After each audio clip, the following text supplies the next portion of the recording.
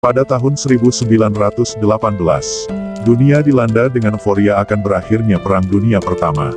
Namun, di balik kegirangan ini, mereka yang kalah, seperti Kekaisaran Ottoman, harus membayar harga yang mahal.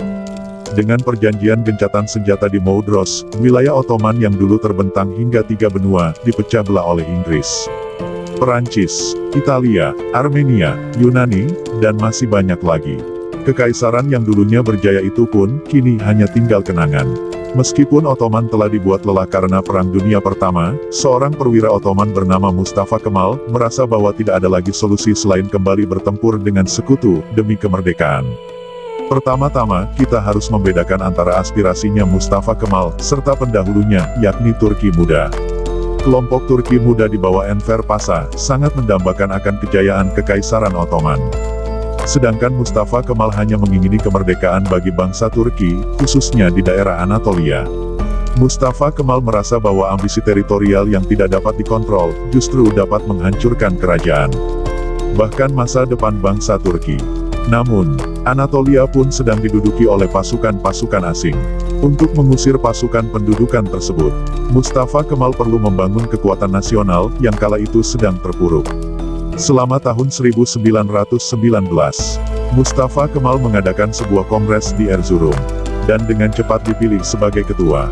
Kongres ini menghasilkan resolusi untuk membentuk pemerintahan paralel apabila Istanbul tidak dapat memperjuangkan kemerdekaan dan persatuan bangsa. Sebulan kemudian pada tanggal 4 hingga tanggal 11 September, kongres diberlakukan lagi di Sivas untuk memperjuangkan kemerdekaan bangsa Turki. Lalu, pada tanggal 23 April tahun 1920, Grand National Assembly dibentuk oleh Mustafa Kemal di Ankara.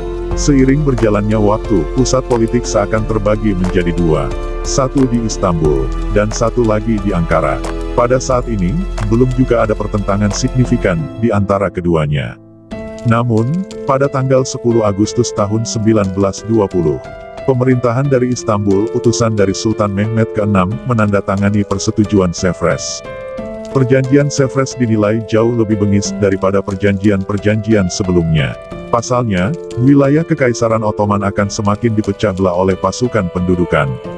Banyak juga yang menilai, bahwa perjanjian ini tidak jauh berbeda dari perjanjian Versailles, yang diterapkan pada Jerman di akhir Perang Dunia Pertama.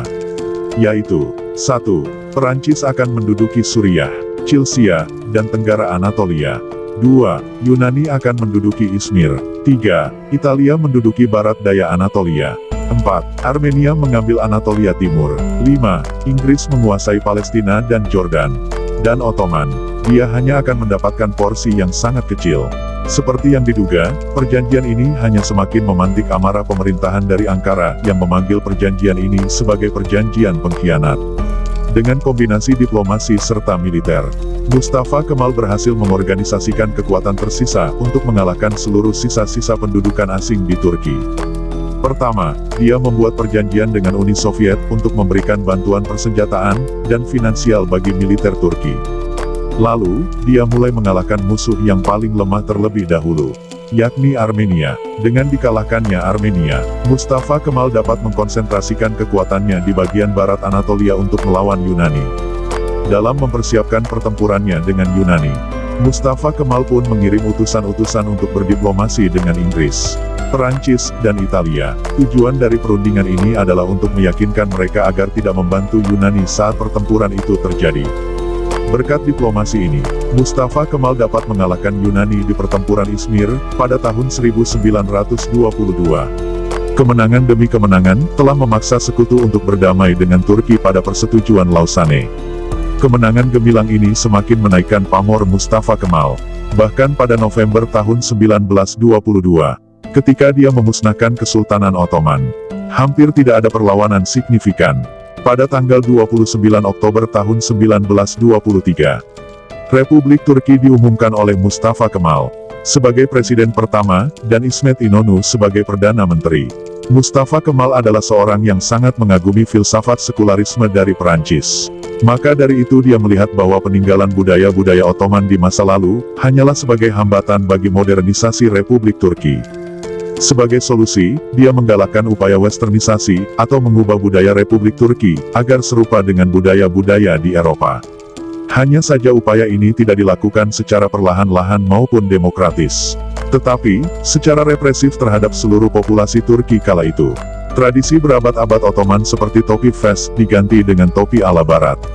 Alfabet Arab diganti menjadi Latin. Azan bahasa Arab diganti dengan bahasa Turki. Dan masih banyak lagi. Namun, keputusan yang paling besar adalah menghapuskan Kekhilafahan Utsmaniyah dari Republik Turki pada tahun 1924. Keputusan ini memicu pemberontakan di tahun 1925 oleh Sheikh Said. Meski dikalahkan, pemberontakan ini malah semakin mendorong Ataturk untuk semakin bersikap otoriter. Oposisi diberangus, dan partai politik yang bertentangan dengan cepat dibubarkan. Setelah semakin populer, alhasil partai yang didirikannya, yakni Partai Rakyat, telah menjadi satu-satunya partai yang ada di Turki selama waktu yang lama. Memang, di bawah kepemimpinan Mustafa Kemal telah banyak perubahan positif yang terjadi bagi Turki. Mulai dari kemerdekaan akan penjajahan, angkatan bersenjata yang dimodernisasi, hingga nilai-nilai positif seperti kesetaraan gender tersebar luas di Turki. Ironisnya, harapan Mustafa Kemal akan demokrasi di Turki, serta kesetaraannya dengan negara-negara Eropa, masih jauh dari kenyataan. Dan demokrasi yang cacat ini, akan terus menghantui Turki. Hingga sekarang.